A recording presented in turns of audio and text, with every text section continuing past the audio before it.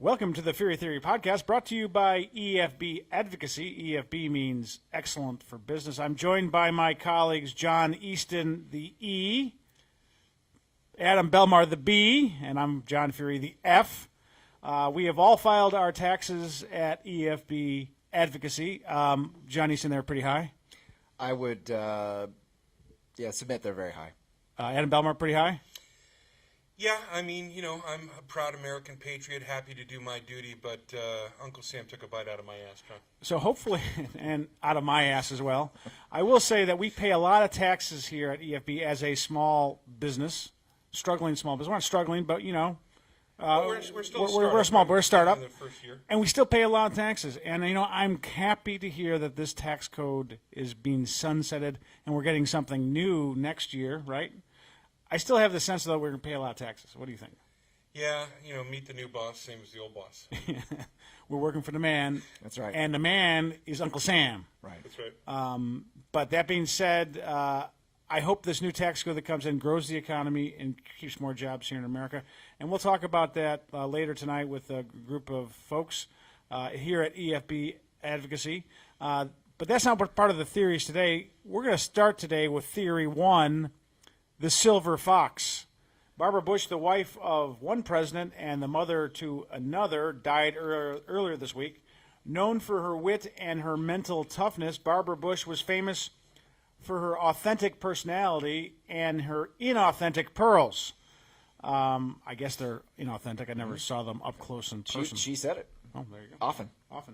Adam Belmar, you have many great Barbara Bush stories.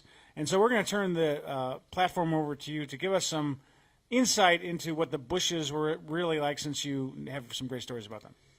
Well, I do. They're quite personal. I grew up in Washington, D.C., a native Washingtonian, and I was fortunate enough to live in a house that the Bushes once owned. In fact, they owned this home in Northwest D.C. when George H.W. Bush served as Director of Central Intelligence. And so the cachet of moving into this neighborhood and moving into this home was great when I was very young, about 8 or 9. But about 9 years later, in the days just leading up to the inauguration of George H.W. Bush, January 20th, 1989, the Bushes came back to the neighborhood because they have so many great friends. Everywhere they traveled, they had great close friendships. And there were some prominent folks living right there where we were, former federal judge Robert Bork, a local doctor, and his wife who were close to the president, Potter Stewart, a Supreme Court justice, folks like that. They came back for a wonderful lunch right before the inauguration. And during that, I got to meet them for the first time, take pictures as a young man. And Mrs. Bush was exceedingly kind. She talked to my mother about the changes that have been made in the house. She talked to us all about the dog. She was chasing after my dog to say hello. And I went on to very much respect the Bush family, having met them personally and heard great stories. I grew up in a bedroom that my future boss, 43, George W. Bush, lived in that house. And as I got older, I met them again as a senior producer for ABC's This Week with George Stephanopoulos in 2006. I went down to do a story with Mrs. Bush and 41 about their generous contributions to the Salvation Army down in Houston, and they gave me a number of hours, and it was so great to reminisce about our first meeting then. And I did not know that I would go on to work for President George W. Bush and get to see both of them at Camp David and at the White House. And then on the last day of George W. Bush's presidency, I had a chance with the whole family there to run an interview with father and son, two presidents sitting together on the last day of their presidency. They are great people, but she, as so many people who knew her better have said, such an authentic woman who led by example, who gave great prominence to the role of First Lady, and she's going to be dearly missed. Johnny, did you ever get a chance I never met Barbara Bush. Did you ever get a chance to meet her? Any stories about the Bush family? No, I just really more observations than anything else, and it's been great this week talking to Adam about a lot of his experiences with, particularly, in George W. Bush's White House, being able to be around, a presence like that. But I think mine is, much more removed. Growing up, really the first ladies that I really remember were Nancy Reagan, and then of course after that was Barbara Bush. And I just, what I've reflected on this week, particularly with her in particular, is the important role that the First Lady plays in America. I really think that it still holds true. I know we're in a much different era in politics, and how we talk about politics, how we view the White House, how divisive everything has gotten. But I really think that if you look back at Nancy Reagan and Barbara Bush and Hillary Clinton, each one of them really played a very unique role, and they really reflected their husband very much. And if you look at Hillary Clinton, it was, this was sort of this new age of a working mom, and she reflected that. She was a real go-getter, and she reflected that couple. And I think that then you have George W. Bush, and it was sort of kind of coming back a little bit more, toward where Reagan and George H.W. Bush was. But Mrs. Bush, George W. Bush is what filled a great role. And I actually think Melania Trump reflects Donald Trump. And she is not the first lady that these others were, but she is trying to play a role. Can you imagine Donald Trump with a Barbara Bush as first lady? It just wouldn't work. But Melania kind of works with Donald Trump. But Barbara Bush worked so well for George H.W. Bush and for the country, and I really, really appreciate all her contributions. Yeah, Barbara Bush, it's interesting to see where she was in the Republican Party changed. And I think if Barbara Bush could do it all over again, today she'd be a Democrat. I mean, one of the things that was an early point of contention with Barbara Bush is she's Planned Parenthood, pro-Planned Parenthood, very much pro-choice. And George H.W. Bush had to make that transition because that's where the party was, although secretly he was probably as pro-choice as she was. He had to be a pro-life president. And you think about Melania Trump, and she's probably not traditionally a Republican. The Republican Party is not where the Bushes are anymore. Now, there are some Bushes that are still there. George P. Bush, for example. I mean, I think that he gets the politics of it. But, Jeb and George W. refused to endorse President Trump. The party's going by, and so I think that this is an interesting inflection point to think of Barbara Bush's contribution to the Republic and to the Republican Party, and I think that times change, and I think that's one of the most interesting things about where she was, and as being the pro-choice person within that White House, she was able to communicate secretly to all these other pro-choice Republicans that all is not lost. But the party is much more populist and much more pro-life than it once was. Yeah, and to that point, John, I'd love to hear from Adam because of all of his experiences in the George W. Bush White House. She really was such a force and so authentic. You can see her authenticity. Really, say what you will about Jeb and about George W., but they were authentic people. They are authentic people, and I think you can attribute a lot of that to their mother. Talk about the White House and how Barbara Bush what impact does she have on the White House for you all? Well, I would just start by saying that I don't think I agree with John Feehery's supposition that although she was pro-choice, that she would have been a Democrat if she had to do it again. I think. No, I mean I'm talking about today's party. Well, maybe. I think her husband really believed very strongly in conservative values and the Republican Party. And I know that she did too, and I think it's possible to be a good Republican who still believes in a woman's right to choose. I know that I feel that way. But in answer to John Easton's question, whenever I was with the president, whether it was down at the ranch or off-site somewhere, he would always talk about his mom in the way that he did even when the cameras were nearby. He'd say, "All right, hurry up, producer.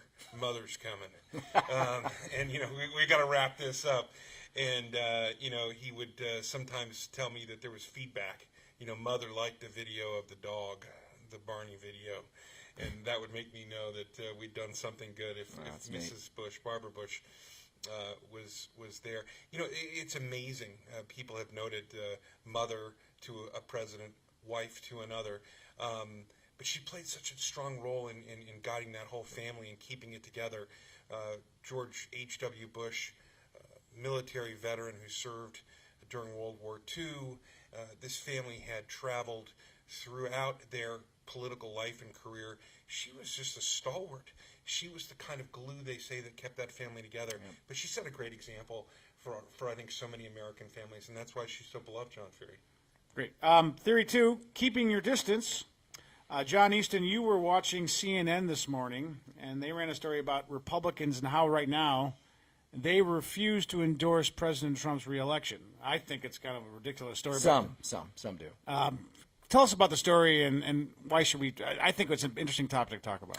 Yeah, well, it is. It really surprised me, this story, because one, I think people like us are really focused on the 2018 elections. We're talking about it all the time. Who's up? Who's down? Who's raising money? Who's polling well? It's all about, and are we going to keep the House? How's the Senate looking?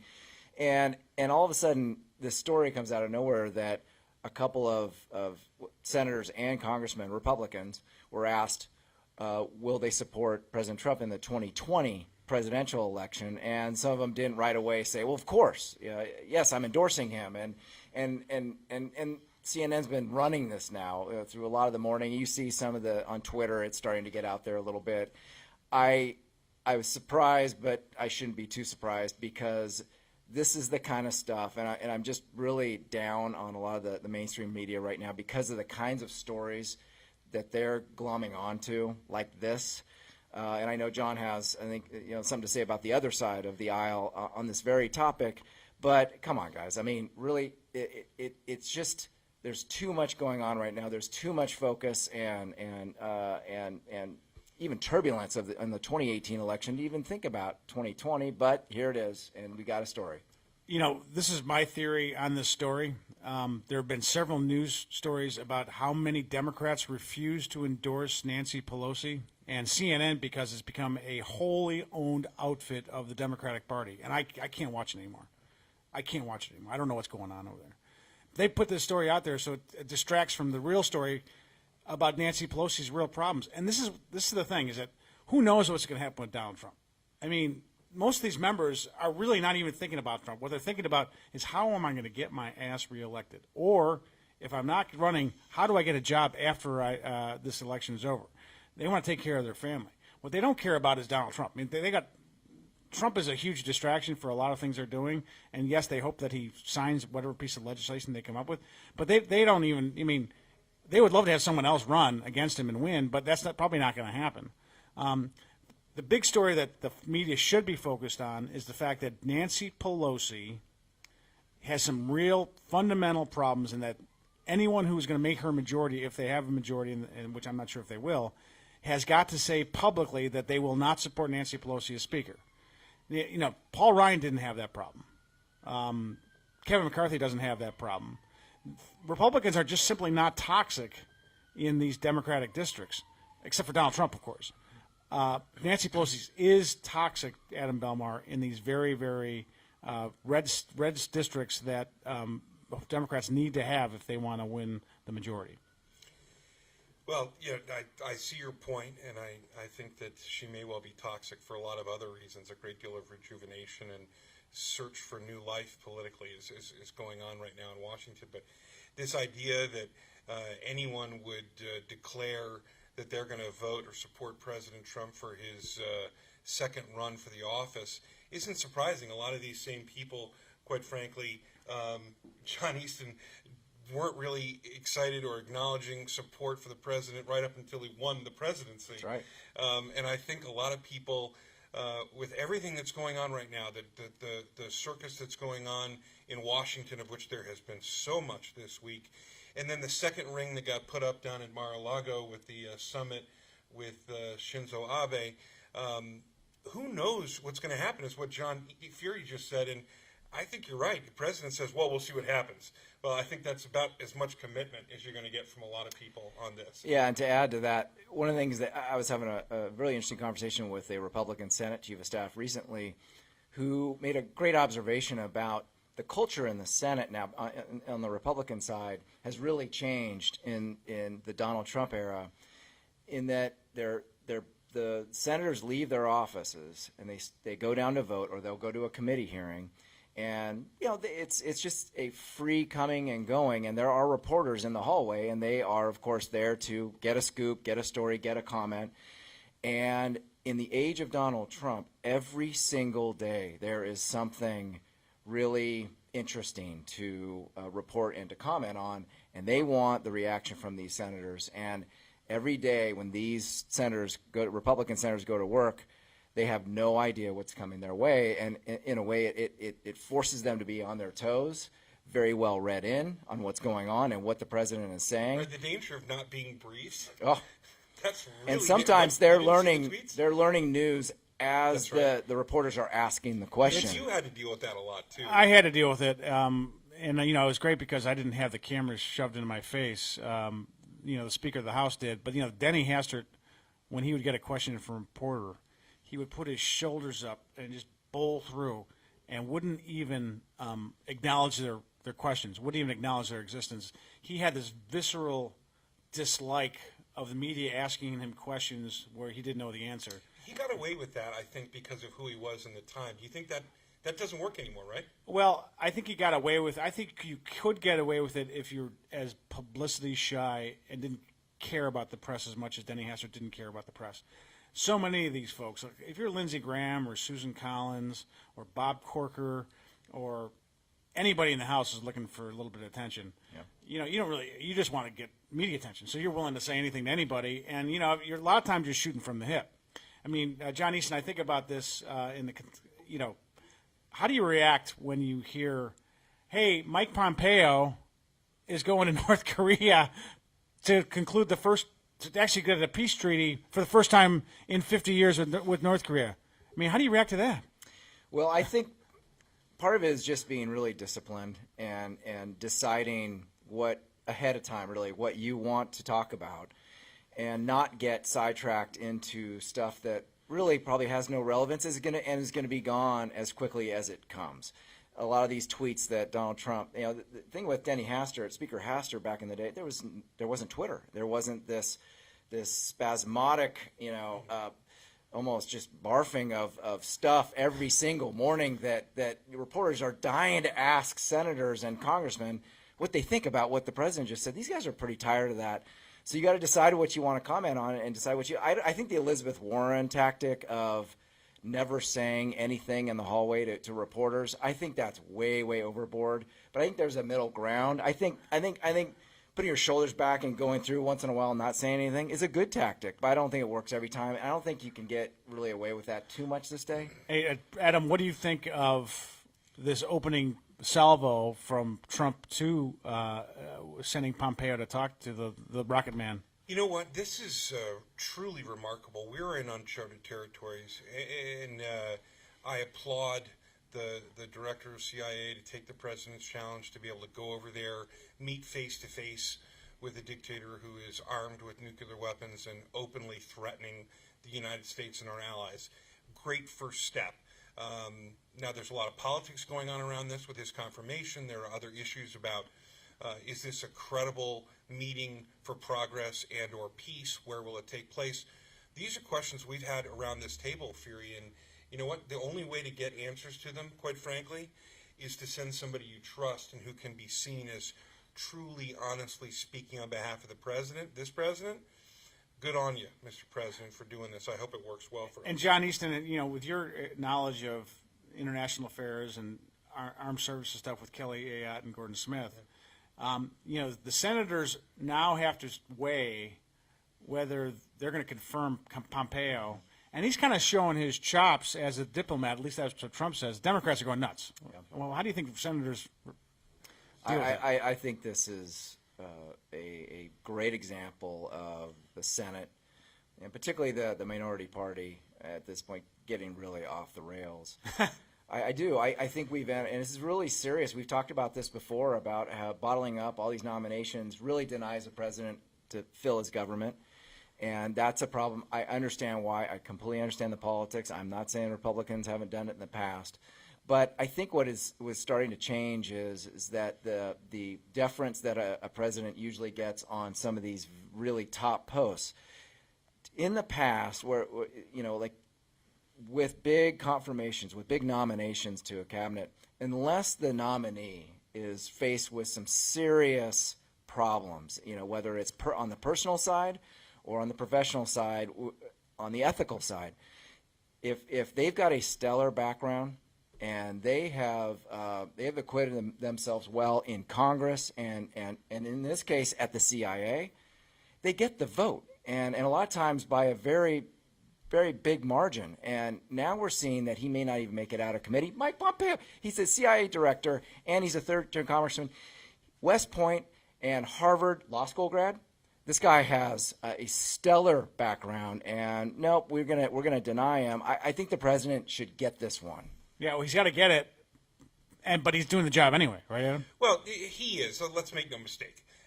In point of fact, he did go to North Korea in the role of Director of Central Intelligence. This was as much an intelligence mission as it was a diplomatic one. But I take your point.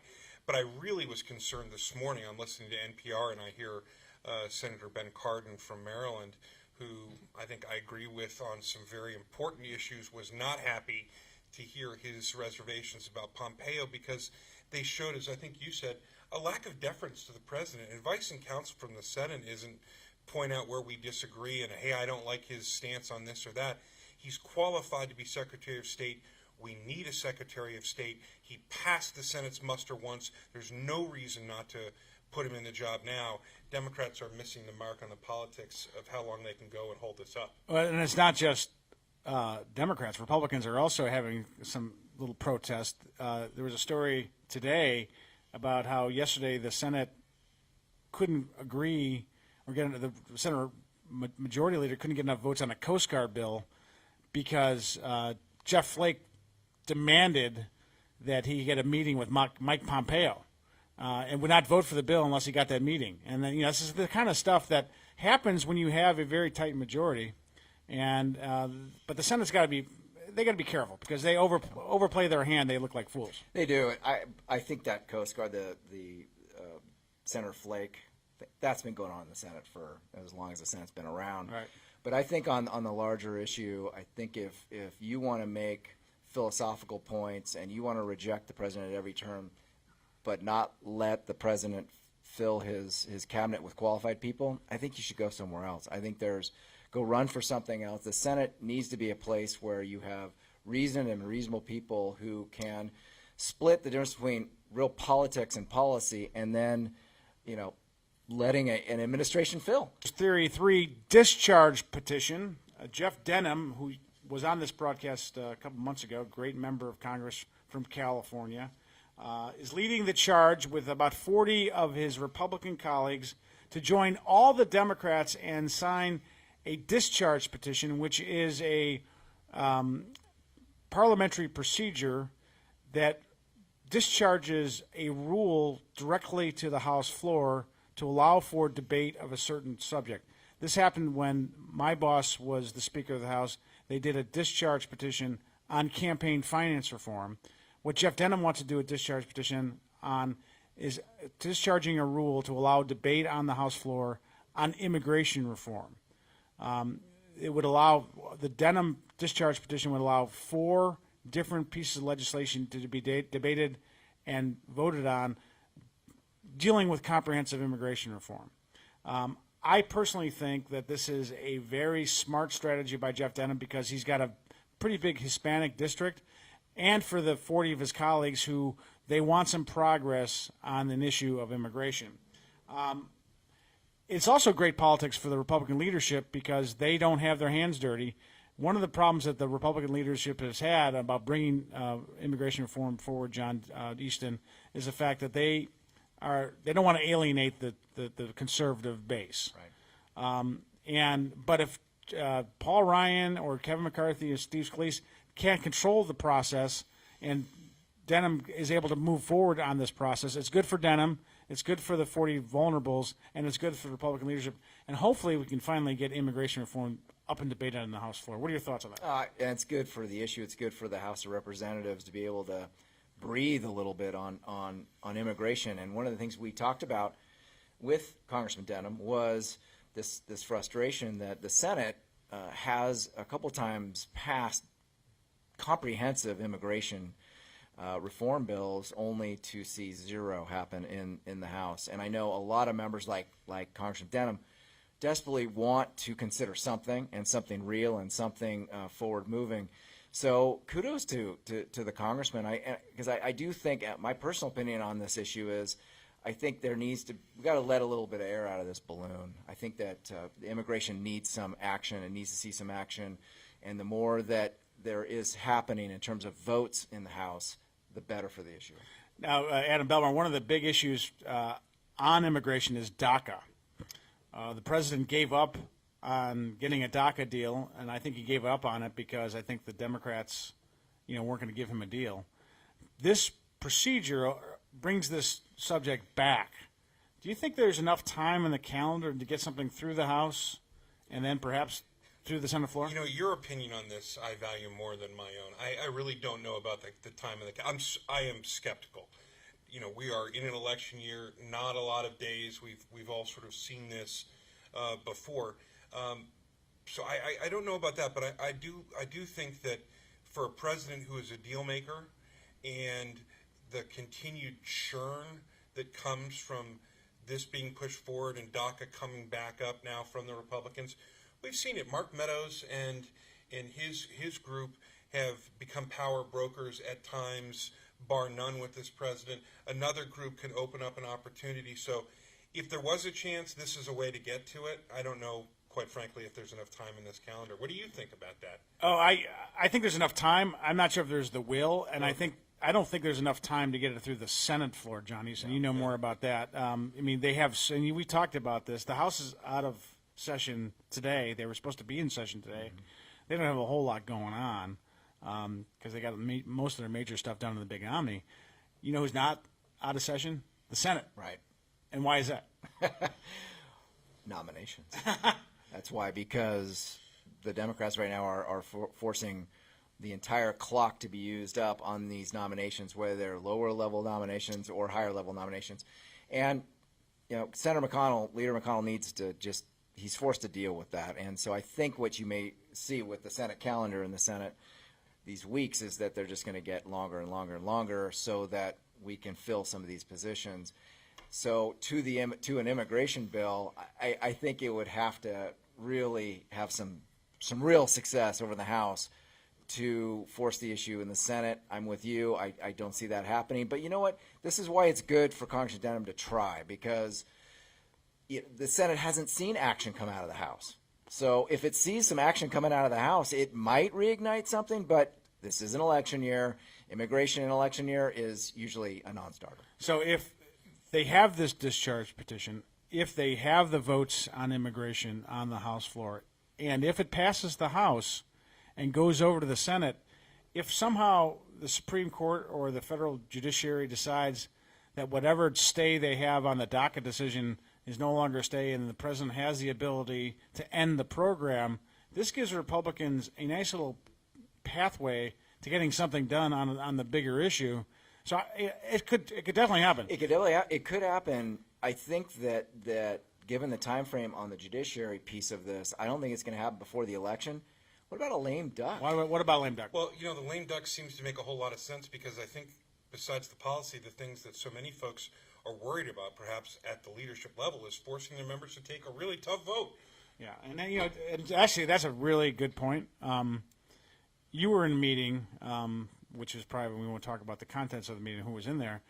But members in the Senate do want to take tough votes. Yeah. They don't want to just sit around and do nothing. And I think that's right. And I think that members, especially if they are in districts that are marginal, they want to show their independence from President Trump and from the Republican leadership. Yeah, I think that's right. I think that in terms of, at least in the Senate, I can speak to, because I've been with a couple of members who, all of them travel and spend close to a week in this town, nearly every week, and they do not want to do so without getting some real stuff done. Honestly, that is the vast majority of them. No, they don't all want to take tough votes, but they want to take votes. They will take tough votes if it's for a good purpose. And part of what has happened with the Senate with immigration is they have taken the tough votes. and then nothing has happened in the House. And I do think that members don't mind taking a tough vote. I can't say all of them. I think a lot of them mind. But the majority don't mind taking a tough vote if they know it's going to go somewhere in the process and perhaps be signed into law. Yeah. So I think that's, again, back on the House and Congressman Denham's effort. You know, this has been a great discussion. I do want to start the process, and since I'm the moderator, I can start with you, Adam. What are you buying or selling today? You know what? Every once in a while on this podcast, I like to bring people back to what's basically amazing about Capitol Hill. I am buying Bullfrog Bagels located here at Eastern Market. Yeah. The city paper just named them best bagel in D.C. That's not an accident. Whether it's early morning or midday, as long as you get there before the bagels are gone, it's the best thing going. Bye, bye, bye. One nice thing I would say about Bullfrog Bagels is that my son, Jack Feehery, who turned 12, his breakfast birthday celebration encompassed Bullfrog Bagels. He got a Bullfrog Bagel, everything bagel with cream cheese for his breakfast birthday celebration. So I love that kid. Happy birthday, Jack Ferry. Happy birthday. I am a big proponent of Bullfrog Bagels as well. I am a active consumer. You and I had lunch there just the other day. Indeed. I love the smoked salmon in particular. So I'm going to buy and I'm going to sell. So I'll start with my sell because I don't sell that often. I'm going to sell James Comey's book tour. nice. Good call. Because I'm not. I think we all get tired of these politicians' book tours in general. I think that they get a little too much attention to begin with. This is the former FBI director. We're not going to get into Trump and Comey and Rosenstein and all that. We just don't need to. That's been covered way too much already. But he's on. Who was that? Was he on Kimmel the other night? He was on Colbert, wasn't he? He was on Colbert. He's on Late Night. He's on Late Night. He's on The View. This is like, an author just going out and just peddling his wares. And I just think he is now I just didn't know. Folks from the Justice Department, particularly the FBI, did book tours, particularly one that goes after a current president. Again, I'm selling, and I'm selling. Brave New World. I'm selling big. I am buying Tammy Jo Schultz. She is the pilot who handled this blown engine on Southwest Airlines the other day that everybody has heard about. And I am buying her. I am buying former Navy fighter pilots. She is and such I'm a buying remarkable former human. female Navy fighter pilots. F-18 Hornet, former pilot. And from everything everybody has said is that she handled this situation with nerves of steel. And the other thing I want to buy in this situation is just everyday passengers on airplanes. I mean, it gives me comfort, whether it was the one that went down on the Hudson River, whether it was the 9/11, the fated 9/11, Flight 93 that went down, or this one. I mean, they were interviewing somebody earlier today. It was the firefighter EMT who really helped this passenger that ended up tragically dying. But just the everyday heroism of people. It's good to know as an American that we really are surrounded by just everyday angels. God bless. Well said. Well said. I am going to buy, and this is a little bit late to the equation, but I'm going to rebuy Facebook. Where did you hear that? On this podcast last week? The fact is that they did not lay a hand or a glove on Mark Zuckerberg. He made them look all a little bit silly. And I say that because I've been spending a lot of time on Facebook, and I still spend a lot of time on Facebook. I get a lot of my information on Facebook. We do a lot of this podcast is broadcast on Facebook. I think that once they went through the hearing process and examined the whole idea of privacy in the context of social media, which is, as we found out, is an oxymoron. There is no privacy on social media. And the fact that I don't think that the Congress can regulate Facebook because I don't think they know how to regulate Facebook. I think that Facebook, and I think ultimately Congress is going to turn its attention to other social media, big, huge groups like Amazon and Google. I think Facebook is fine, and I think this is a good time to buy because I think they took a little bit of a hit, but now is a good time to buy, and I know that Someone else bought on this program last week, and I'm going to double down on the buy. With that, thank you for joining the Feehery Theory Podcast, brought to you by EFB Advocacy. EFB means Excellent for business. Yeah, baby.